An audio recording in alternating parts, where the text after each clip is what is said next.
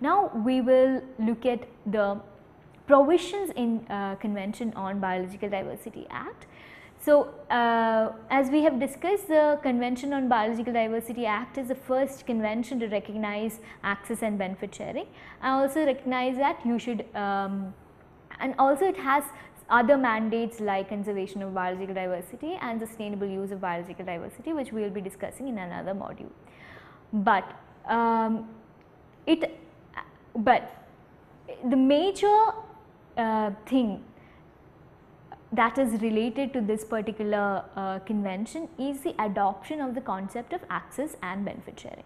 Now, let us look at the national framework that is there in India. So, India in 2002 has enacted Biological Diversity Act. So, what is Biological Diversity Act? Biological Diversity Act is simply our putting into the legal terms or obligations under the Convention on Biological Diversity. So, this convention, it is also important to know that under the Convention on Biological Diversity, the states have been given the sovereign rights to determine the terms of access. So, we were saying that now whoever who wants to collect or use a biological resources of a particular country, if I am a person belonging to another country, if I want to use a biological resource that is in another country, I cannot come and just pick it up and go and use it for different purposes.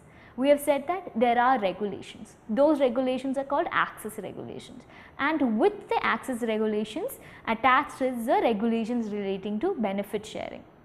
So, this Biological Diversity Act tackles or it describes what are these regulations that are prevailing in India, because the Convention on Biological Diversity gives you the liberty, gives the states the liberty to decide how their access should be and what the various means of benefit sharing would be.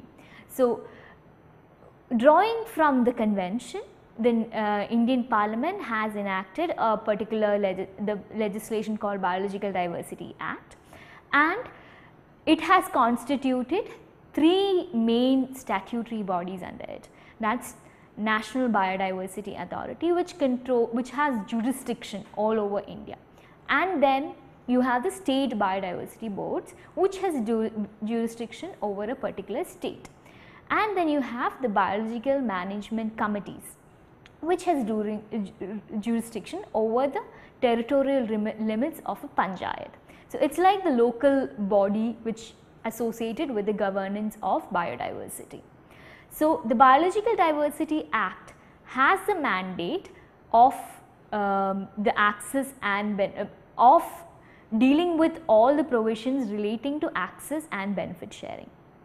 And when you also look at the concept of access and benefit sharing, we have been saying that yes, you need there is access regulation, there is benefit sharing regulation. So, what is this access regulation all about?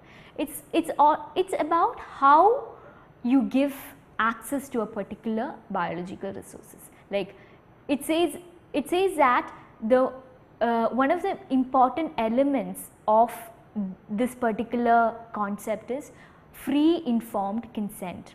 Free informed consent means when I am giving the consent to someone else to come and collect the biological resources from my territory, then it should be free, and also I should be informed about all the all the information that are necessary to give a decision whether as to give you the access to that particular resources or not. So, when you talk about the principle of prior informed consent, it includes when the approval or whom to approach when you want an approval, and it involves who is a competent authority to give approval. It also includes what is the procedure for giving consent, and the most important thing is the consent should be given prior to the access, and it should be the authority should be informed about the relevant factors that will enable it to give consent or not. So, these are some of the principles or like ingredients of prior informed consent. Now, let's say like for instance, like because since the convention on this concept of access and benefit sharing had its genesis from the convention on biological diversity, which is like an international convention where states play a main role in the entire thing. We have this particular concept like a foreigner or like a person who is not from a particular country coming and accessing your biological resources, and you engaging with that particular person and giving the giving the access or not giving the access.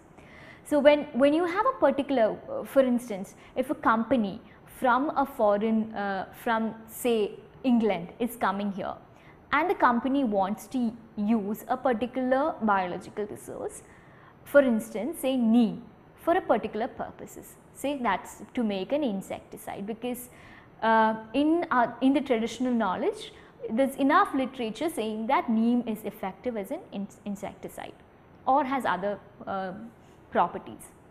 So, a company from another country, country A, is coming to country B and seeking the permission of country B to use a particular biological resource for a particular purposes. So, what are the things that will involve in this? One, the country A should know whom to approach to seek the permission, so, which is the competent authorities who has a power to give or competent authorities to approach for this access regulation, and they should also know the competent authorities who has the power to give approval. They should also know whether there are other regulations that are associated with the entire access procedure, and also these are the information, and also they should know how long will I take to access or get permission to access biological resources from a particular country, so that the company can make an informed decision whether to apply in this country for accessing a particular biological resource or not. Wherein the party in the provider country, that is country B or say India is giving a company from England this biological resource called neem, and it is used for certain purposes.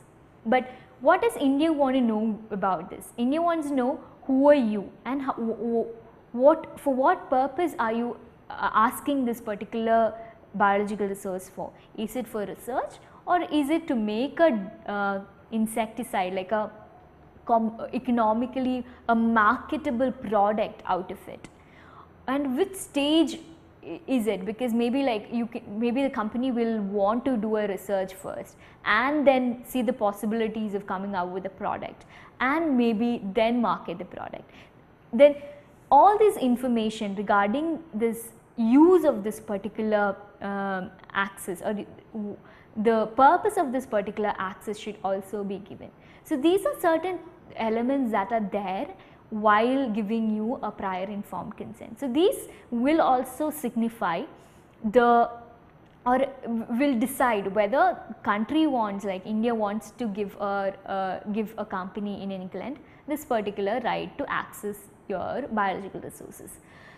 And then you have something called mutually agreed terms. Mutually agreed terms is when I am saying, okay, look, you can access the biological resource from me, but I do not think it is going to involve a lot of value addition that India cannot do, or if you train us we can do, or if you give us certain money for, or if you set up a unit of this particular unit in this particular area, so that we can do all the processing, then that will generate income for a lot, for income and employment for some people. It will be a skill or technology, exchange of technological and information regarding the technology with the country. So these are the things that we would want to negotiate with the country regarding the access. So we will say yes, we can give the access if you give this much money. Maybe if you are going to make a product out of it and say an insecticide or something, then you will give this much share of your profit to us.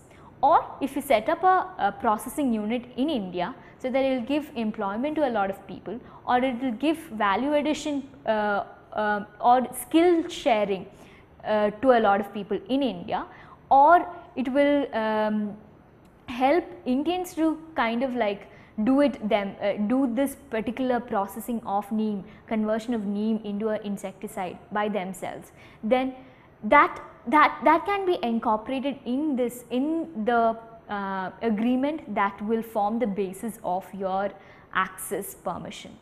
So all these things that we have mentioned is like share from the profit, or setting up a new industrial unit in the country which is providing the biological resources will be benefits, and sharing of benefits, these will be called sharing of benefits.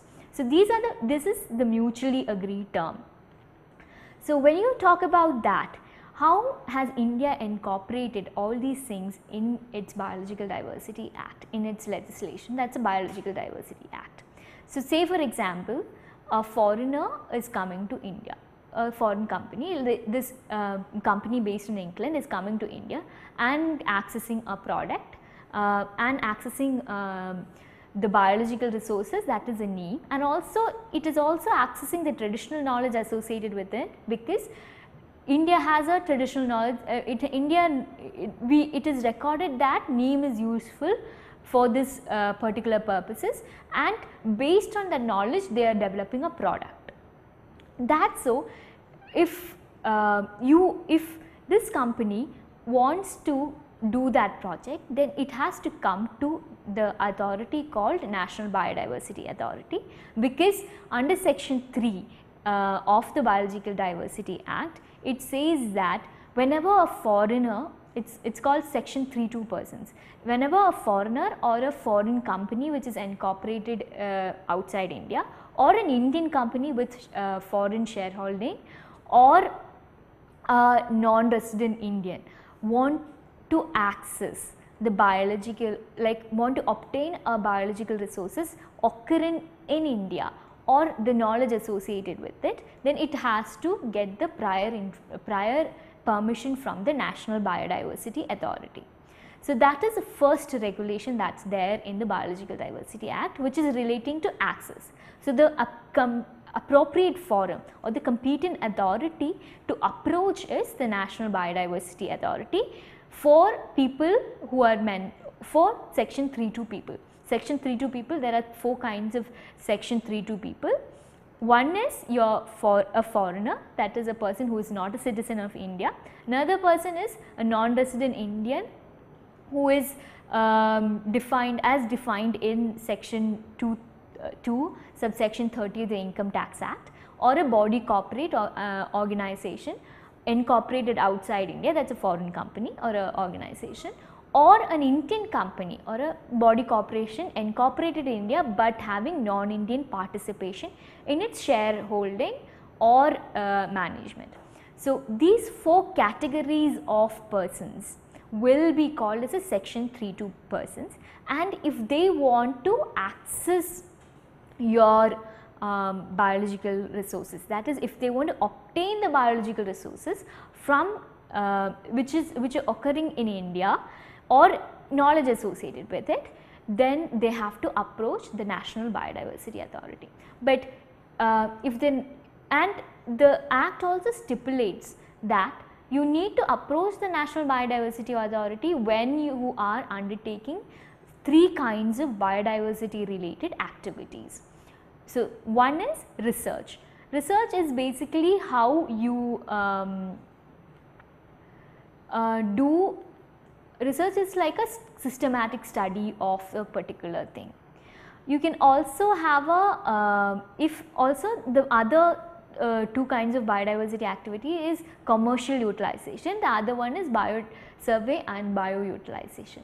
All these activities are defined in the Biological Diversity Act. So, the research is when you want to conduct a study on a biological bioresources.